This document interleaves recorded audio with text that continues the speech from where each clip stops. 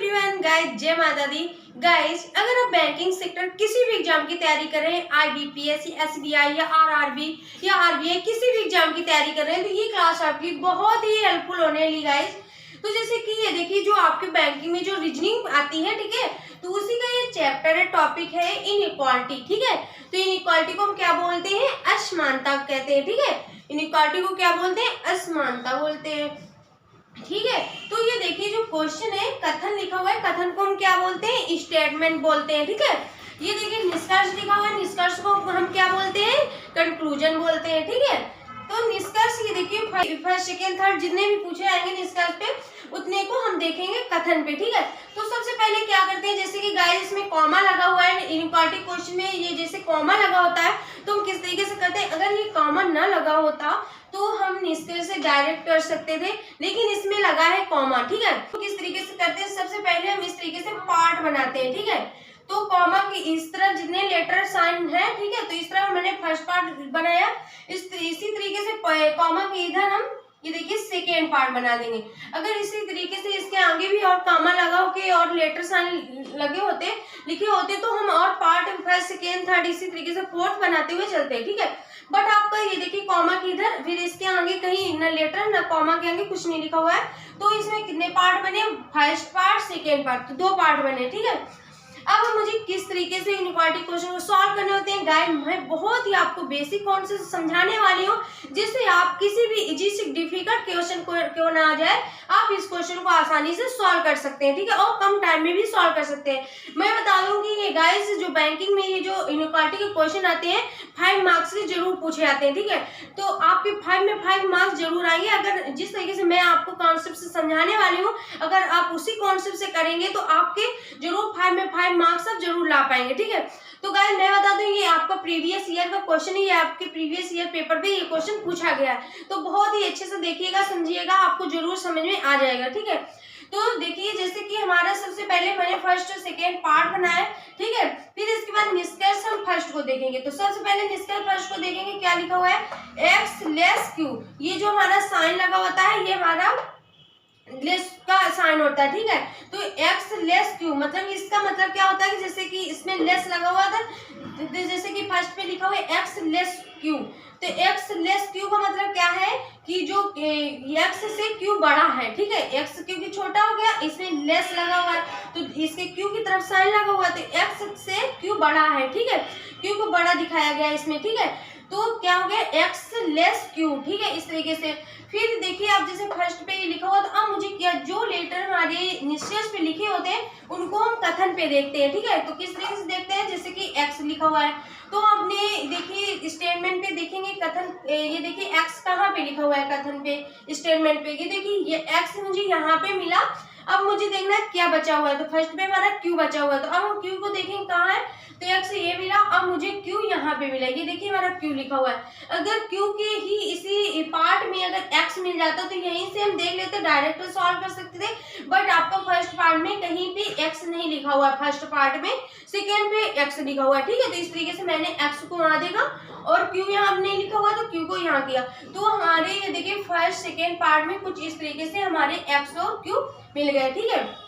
तो ये देखिए QX। अब मुझे क्या देखना होता है कि जैसे कि अगर ये पार्ट नहीं बनाते, अगर कॉमन नहीं लगा होता, तो हम डायरेक्ट स्टेटमेंट में देख सकते थे, बट अब तो एक कॉमन लगा होता है, तो कॉमन के क्वेश्चन में क्या करते हैं, इनइक्वालिटी में हम लेते हैं कॉमन, ठीक है।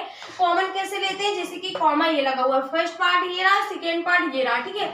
अब हम देखते हैं ये कि फर्स्ट पार्ट और सेकेंड पार्ट में क्या, कौन सा लेटर, सेकेंड पार्ट में मुझे ये देखना होता है कि मुझे कौन सा लेटर कॉमन मिला है, मतलब कि जो फर्स्ट पार्ट में है लेटर वही सेकेंड पार्ट में होना चाहिए, लेटर वही कॉमन लिया जाएगा, ठीक है। तो हम चेक कर लेंगे, जैसे कि यहाँ पे m लिखा हुआ है, m देखेंगे सेकेंड पार्ट पे कहीं नहीं लिखा हुआ है, t देखेंगे t भी कहीं नहीं मिल रहा है, q देखेंगे q भी कहीं पे नहीं लिखा हुआ है। अब बचा हमारा सिर्फ कॉमा के इधर फर्स्ट पार्ट का कौन सा बचा, केवल ओनली हमारा a बचा, ठीक है। तो a को देखेंगे सेकेंड पार्ट में मिल रहा, तो ये देखिए a मिल गया। तो हम इसी तरीके से क्या करेंगे, फर्स्ट को जैसे देख रहे हैं तो इस तरीके से हम फर्स्ट को सॉल्व करेंगे।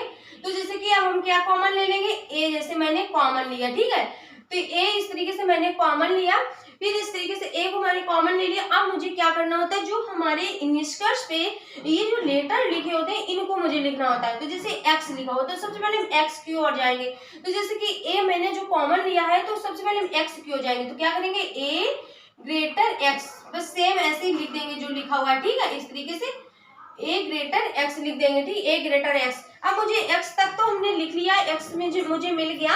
अब मुझे क्या करना है, क्यू की ओर जाना है, जो क्यू लिखा हुआ है। तो क्यू को हम कैसे लिखेंगे, एक्स तो मैंने लिख लिया जो निष्कर्ष फर्स्ट में लिखा हुआ, क्यू को मुझे देखना है। तो हम क्या करेंगे, अब हम आएंगे फर्स्ट पार्ट पे, क्योंकि सेकेंड पार्ट पे तो मुझे एक्स मिल गया, अब मुझे देखना है क्यू को। तो क्यू को हम फर्स्ट पार्ट में देखेंगे, ठीक है, देखेंगे क्यू को। तो ये देखिए ए जो मैंने कॉमन लिया हुआ था, तो ए से हम क्यू की ओर जाएंगे मुझे, और इससे ये जो मुझे आगे के नहीं लेटर देखने हैं, मुझे क्यू तक जाना है। तो जैसे कि ए ये मैंने कॉमन लिया हुआ था, तो क्यू तक हम आसानी से यहाँ पहुंच सकते हैं, ठीक है। तो इसी तरीके से यहाँ पे लिखेंगे क्यू, इस तरीके से क्यू लिखेंगे।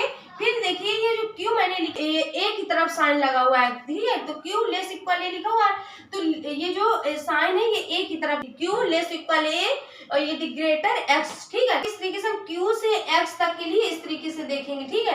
अब मुझे ये देखना है क्यू को हम इस तरीके से लिखेंगे, फिर करेंगे ये देखिए बीच की जो क्यू से एक्स तक हम जब देखेंगे तो जो हमारे बीच के लेटर लिखे हैं उनको मुझे नहीं ध्यान देना है, बट आपको क्या ध्यान देना है, साइन को देखना है, ठीक है। आप साइन को देखिए, तो जैसे कि आप ये साइन को देखते हैं लेस इक्वल और इधर ग्रेटर, तो मैं बता दूं गाइस जब लेस और ग्रेटर हो जाता है साइन चेंज हो जाते हैं, लेस और ग्रेटर साइन चेंज हो गए तो हम डायरेक्ट निष्कर्ष को रॉन्ग कर सकते हैं इस तरीके से, ठीक है। अब इसी तरीके से हमारा निष्कर्ष फर्स्ट रॉन्ग आया हुआ है। अब देखेंगे सेकेंड को, ठीक है, सेकेंड पे क्या लिखा हुआ है, ई ग्रेटर क्यू, क्या लिखा हुआ है, ई ग्रेटर क्यू, ठीक है, मतलब कि जो क्यू से ई बड़ा है, ठीक है, तो इस तरीके से लिखा हुआ। अब हम चेक करेंगे कथन पे, स्टेटमेंट पे सेकेंड को, तो जैसे कि ई और क्यू है, तो ई देखेंगे कहाँ पे है, तो ई मुझे मिला ये सेकेंड पे, और क्यू देखेंगे कहाँ पे, ये देखिए फर्स्ट पे, ठीक है, तो सेकेंड और फर्स्ट पे ई क्यू मिला। अब मुझे ये देखना है कि ये देखिए अब मुझे कॉमन क्या मिला है फर्स्ट सेकेंड पे, तो देखिए ए ही कॉमन मिलेगा क्योंकि ए ही यहाँ पे लिखा हुआ है। तो इसी तरीके से हम सेकेंड को चेक करेंगे, तो ए हम इस तरीके से कॉमन ले लेंगे, फिर कॉमन लेने के बाद फिर हम क्या करेंगे, जो सेकेंड मुझे ई और क्यू लिखना है, तो मुझे सबसे पहले किस तरफ जाना है, ई मुझे मिला तो ई की तरफ पहले जाएंगे। तो इस तरीके से हम यहाँ पे लिखेंगे ई, इस तरीके से लिखेंगे ई। अब मुझे साइन लगाना है, तो साइन किसकी तरफ लगा हुआ है, ए, ये कॉमन लिखा हुआ था, ये ई लिखा मैंने ई की तरफ, ये देखिए साइन लगा हुआ है, तो इस तरीके से ई की तरफ हम साइन लगा देंगे, ठीक है। फिर हम क्या करेंगे कि ई मुझे मिल गया, अब मुझे जाना है क्यू की ओर, तो क्यू की ओर किस तरीके से जाएंगे, जैसे कि ए मैंने कॉमन लिया हुआ था, तो क्यू की ओर इस तरीके से जाएंगे, तो ए की तरफ ये साइन लगा हुआ तो साइन लगा देंगे इस तरीके से, ये देखिए ई भी हो गया, क्यू भी ई भी, ठीक है, दोनों लिखे। अब इस तरीके से हम जैसे कि क्यू से ई तक के लिए देखेंगे, ठीक है, इस तरीके से क्यू से ई के लिए देखेंगे, तो जैसे कि हम लिखेंगे यहाँ पे, जैसे कि लिखा है यहाँ पे। अब इसके बाद मुझे बीच के लेटर को नहीं ध्यान देने हैं, मुझे साइन देखना है, तो किस तरफ से साइन जा रहा है, लेस इक्वल लेस। तो मैं बता दूं कि जब लेस इक्वल और लेस होता है तो हमेशा हम लेस को ही लिखते हैं, तो लेस लिखेंगे, फिर मुझे बीच लेटर को नहीं देखना, फिर हम ई लिखेंगे, जो हमारे जिस तरीके से ये देखिए निष्कर्ष में पूछे गए लेटर ई और क्यू, तो देखिए हमारा कुछ इस तरीके से आया हुआ है सेकेंड पे। अब मुझे ये देखना होता है, जब हम ये सॉल्व कर लेते हैं, क्यू लेस ई आया हुआ है, अब मुझे देखना है निष्कर्ष की ओर कि निष्कर्ष में क्या पूछा जा रहा है, तो ई ग्रेटर क्यू, इसमें देखिए क्या लिखा हुआ है, क्यू ये लेस ई। अब मुझे ये देखना है कि ये साइन किस तरफ लगा हुआ है, तो ये देखिए ई की तरफ साइन लगा हुआ है, इसमें भी हमारे ई की तरफ साइन लगा हुआ है, ठीक है, ठीक है, ये देखिए ई की तरफ साइन लगा हुआ है, ई की तरफ ग्रेटर, और ये देखिए इसमें भी ई की तरफ साइन लगा हुआ है, ठीक है, तो ठीक है, तो ये हमारा निष्कर्ष सही हो जाएगा, राइट हो जाएगा। तो हमारा निष्कर्ष दोनों सॉल्व हो चुके हैं, फर्स्ट हमारा रॉन्ग आया हुआ है और सेकेंड हमारा राइट आया हुआ है, ठीक है। क्वेश्चन में पूछ दिया जाता है कि गलत उत्तर का चयन करना है या सही उत्तर का चयन करना है, तो आपको किस तरीके से करना है, जैसे कि आपके क्वेश्चन पे पूछ दिया जाएगा कि सही उत्तर का चयन करें, इस तरीके से अगर पूछ दिया जाएगा सही उत्तर का चयन करें, अगर इस तरीके से पूछ दिया जाएगा तो आप किस तरीके से करेंगे। ये देखिए जैसे कि सही उत्तर का चयन के लिए पूछा जाएगा, तो ये आपको बहुत क्वेश्चन में ध्यान देना है, कभी कभी गलत उत्तर का चयन भी पूछ दिया जाता है, तो आप बस इसी तरीके से सॉल्व करना। अब जैसे कि आप ये देखिए सही उत्तर का चयन करना, तो आप ऑप्शन भी किस तरीके से टिक करेंगे, तो देखिए जो आपका निष्कर्ष पे हम देखेंगे जो आपका सही होगा वही आप टिक कर देंगे, ठीक है। तो जैसे कि सही उत्तर का पूछा जा रहा है, तो सही इसमें कौन सा आया हुआ है, सेकेंड आया हुआ है, तो क्या हम लिख देंगे, क्या ऑप्शन पे टिक कर देंगे, केवल सेकेंड सत्य है, इस तरीके से ऑप्शन पे टिक कर देंगे, ठीक है। अगर इसमें क्वेश्चन में पूछ दिया जाएगा गलत आंसर पे टिक करना है, तो अगर इसी में क्वेश्चन पे पूछ दिया जाए गलत उत्तर चयन करना है, इस तरीके से पूछ दिया जाएगा तो हम किस तरीके से करेंगे। तो ये देखिए, जैसे गलत उत्तर का चयन पूछा जाएगा तो जो हमारा निष्कर्ष में रॉन्ग आया हुआ होगा, गलत आया हुआ होगा आंसर, वही हम टिक करेंगे, क्योंकि गलत आंसर को चयन करना है। तो देखिए गलत इसमें कौन सा है, फर्स्ट आया हुआ है, तो इस तरीके से हम क्या लिख देंगे, केवल, इस तरीके से लिख देंगे केवल फर्स्ट सत्य है। ठीक है, इस तरीके से ऑप्शन जहाँ पे ऑप्शन में लिखा हुआ होगा वही हम टिक कर देंगे। कुछ समझ में आ गया होगा। तो बस इसी तरीके से आपके इनइक्वालिटी क्वेश्चन बनते हैं, कितना भी डिफिकल्ट से डिफिकल्ट क्यों ना आ जाए, एक क्वेश्चन आपको इसी कॉन्सेप्ट से करना है, जिस कॉन्सेप्ट से मैंने आपको समझाया हुआ है, इसी कॉन्सेप्ट से आप करेंगे तो 5 में 5 मार्क्स आप जरूर ला पाएंगे। ठीक है, तो बस गाइस आप अगर स्क्रीनशॉट लेना चाहते हैं तो ले लीजिएगा।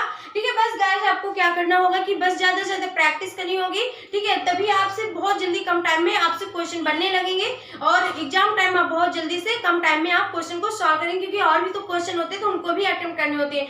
तो आप ज्यादा से ज्यादा प्रैक्टिस करिए, मॉक टेस्ट लगाइएगा, मॉक टेस्ट एनालिसिस करिएगा। ठीक है, तो बस मैं आपके लिए इसी तरीके के वीडियोस लाती रहूंगी। ठीक है, भाई को कंटिन्यू रखिए और कंसिस्टेंसी बनाए रखिए। ठीक है, तो गाइस मिलते हैं नेक्स्ट वीडियो में, तब तक के लिए thank you so much guys, all the best for exam.